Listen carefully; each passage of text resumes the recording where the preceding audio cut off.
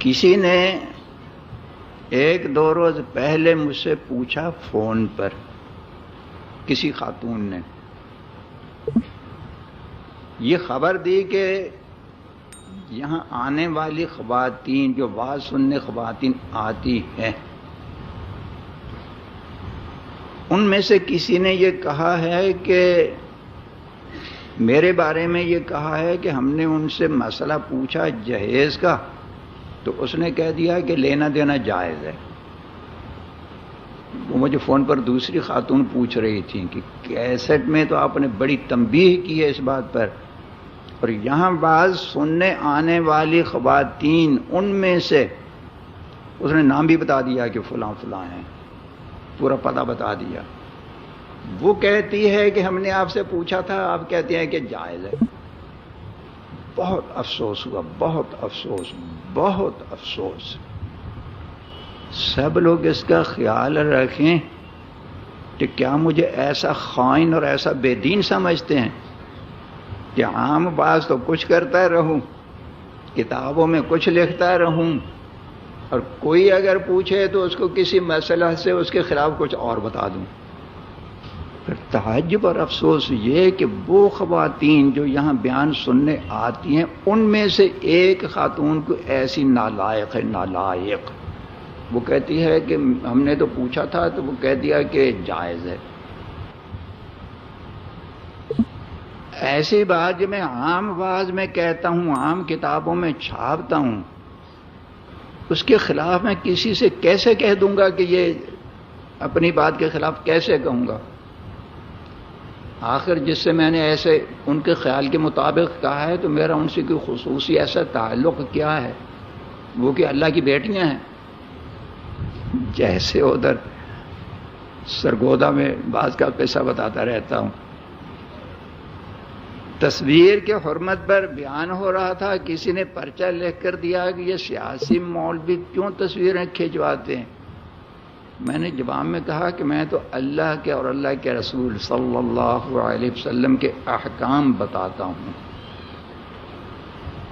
رہی یہ بات کہ کچھ لوگ، کچھ علماء کیوں کھنچواتے ہیں، وہ تو ان کا عمل ہے، وہ مجھ سے کیوں پوچھتے ہیں؟ ان سے پوچھیں۔ اور ساتھ میں نے یہ بھی کہہ دیا کہ ہو سکتا ہے کہ وہ خود کو اللہ کے بیٹے سمجھتے ہوں گے۔ یہود کہتے تھے نحن ابناء اللہ واحباؤہ، ہم اللہ کے بیٹے ہیں، اللہ کے محبوب ہیں۔ تو شاید یہ جس خاتون نے ایسے کہہ دیا، یا میں جو بعض عام کہتا ہوں، عام کتابوں میں لکھتا ہوں، اس کے خلاف کہہ دیتے کہ ہم نے پوچھا تھا، ہمیں اجازت دے دی، کہتے ہیں جائز ہے۔ تو یہ بھی ایسی سمجھتی ہوں گی کہ اللہ کی بیٹی ہے یا اللہ کی محبوبہ ہیں یا اللہ کی بیٹی ہیں، کچھ تو خیال ہوگا۔ میرے بارے میں یہ بدگمانی یہ تو ہو سکتی ہے نا کہ دوسرے لوگوں کو کچھ بتاتا ہے اور کسی ایک خاتون کو کچھ بتا دیا۔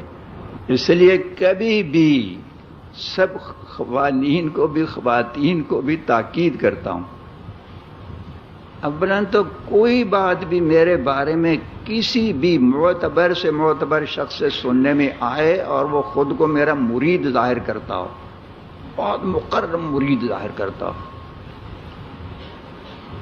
بات ایسی جو نئی سننے میں آئے تو اس پر ہرگز اعتماد نہ کریں جب تک مجھ سے تصدیق نہ کروا لیں۔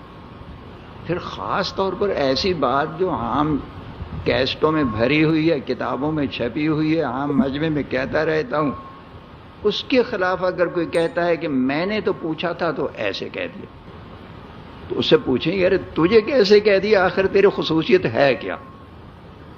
اس کو کان سے پکڑیں اور یہ کہیں کہ لکھوا کر دو، پھر اس کا پتہ وتہ بھی پورا پوچھ لیں، مجھے بتائیں کہ فلاں شخص نے ایسے ایسے کہا ہے، خواہ وہ کسی مرد نے کہا یا کسی عورت نے کہا، تو میں اس کی خبر لوں گا، کیوں کہا، مجھ پر الزام کیوں لگایا۔ ایک بات اور بھی، جو شخص کسی عالم پر بہتان لگاتا ہے، جو بات عالم نے نہیں کہی، کوئی اپنی طرف سے اس پر افتراء اور بہتان گھڑ دیتا ہے، اس کا مطلب تو یہ ہوا علماء اپنی جیب سے تھوڑا ہی مسائل نکالتے ہیں، علماء جو کچھ بھی کہتے ہیں وہ تو اوپر سے کہتے ہیں، اللہ کی باتیں ہوتی ہیں، اللہ کے رسول صلی اللہ علیہ وسلم کی باتیں ہوتی ہیں۔ حضرت ابو ہریرہ رضی اللہ تعالی عنہ سے کسی نے کوئی مسئلہ پوچھا، انہوں نے بتایا، تو پوچھنے والا کہتا ہے کہ یہ رسول اللہ صلی اللہ علیہ وسلم کا ارشاد ہے جو آپ بتا رہے ہیں۔ ابو ہریرہ رضی اللہ تعالیٰ عنہ کو بہت غصہ آیا، فرمایا ابو ہریرہ کی جیب سے ہے، سمجھ گئے؟ غصے میں آ کر کہنے لگے کہ کیا تو یہ سمجھتا ہے کہ میں نے جو تجھے بتایا وہ ابو ہریرہ کی جیب سے نکل رہا ہے؟ ارے جو کچھ کہتے ہیں اوپر ہی سے تو کہہ رہا ہوں۔ ڈانٹا اسے اس طریقے سے۔ علماء جو کچھ بتاتے ہیں وہ اللہ کی باتیں بتاتے ہیں، اللہ کے رسول صلی اللہ علیہ وسلم کی باتیں بتاتے ہیں، اپنی جیب سے نکال کر آپ لوگوں کو نہیں پکڑاتے رہتے۔ تو جو شخص کسی عالم پر افتراء باندھ دیتا ہے کہ اس نے یہ کہا، اس کا مطلب یہ ہوا کہ وہ رسول اللہ صلی اللہ علیہ وسلم پر اور اللہ تعالیٰ پر افتراء باندھ رہا ہے۔ عالم وہ بات کہے گا جو اللہ نے کہی یا اللہ کے رسول نے کہی۔ اس نے بہتان باندھا کہ عالم نے یہ بات کہی ہے، تو بات کہاں پہنچی؟ یعنی اس نے یہ کہہ دیا کہ اللہ نے یہ بات کہی ہے، اللہ کے رسول نے کہی ہے صلی اللہ علیہ وسلم۔ اور رسول اللہ صلی اللہ علیہ وسلم نے فرمایا من کذب علی متعمدا فلیتبوأ مقعدہ من النار، جو شخص مجھ پر جان بوجھ کر جھوٹ باندھے گا جہنم میں ٹھکانہ بنائے، جہنم میں۔ کتنی سخت وعید ہے۔ ایک بات تو اس خاتون نے یہ کہی، اور پھر یہ ولیات اللہ وہی ہیں جو یہاں بیان سننے آتی ہیں، انہی میں سے ایک ہے۔ وہ جمعے کے دن آئیں گی انشاءاللہ تعالیٰ تو سن لیں گی جو کچھ خطابات ان کو مل رہے ہیں۔ اللہ کر کے اس جمعہ میں آ جائے، اگر نہیں آئی تو میں تحقیق کر لوں گا، پھر اس کے گھر پہنچواؤں گا بات۔ دوسرے بات، کسی خاتون نے یا کسی دوسری نے جہیز کے بارے میں یہ بات بتائی کہ والدین یہ کہتے ہیں کہ ہم تو اپنی اولاد کو دیتے ہیں محبت سے، بیٹی سے محبت ہے تو بیٹی سے محبت کی وجہ سے والدین اپنی اولاد کو دیتے ہیں، اس میں حرج کیا ہے؟ حرج کیا ہے؟ گھر بیٹھے بیٹھے بات کر لینا آسان ہے، ذرا کسی کو نبض تو دکھائیں، نبض تو پتہ چلے گا کہ حرج ہے یا نہیں ہے۔ ہمیں کہتی ہے دنیا تم ہو دل والے جگر والے، ذرا تم بھی تو دیکھو کہ ہو تم بھی تو نظر والے۔ گھر میں بیٹھ کر بات بنا لینا آسان، کسی صاحب نظر کو نبض دکھائیں، وہ بتائے گا کہ تیرے اندر کون سی خرابی ہے۔ ایسے بیٹھے بیٹھے باتیں نہ بنا لیا کریں۔ اب ذرا اس کی تفسیر بتاتا ہوں، اللہ تعالیٰ صحیح کہنے کر سمجھنے کی توفیق عطا فرمائے۔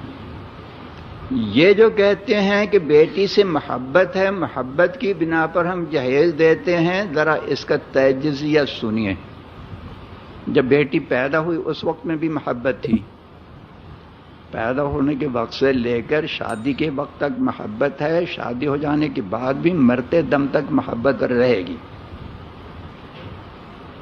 سو جہیز دیتے وقت محبت کو جوش آتا ہے، اس سے پہلے جب سے پیدا ہوئی اس کو دیتے رہتے ہی رہتے ہیں۔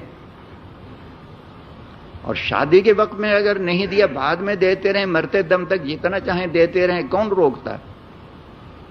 بات تو یہ ہو رہی ہے کہ شادی کے وقت میں جو جہیز دیتے ہیں آگے پیچھے اتنی محبت جوش نہیں مارتی، اس وقت میں دیتے ہیں۔ تو یہ کیوں؟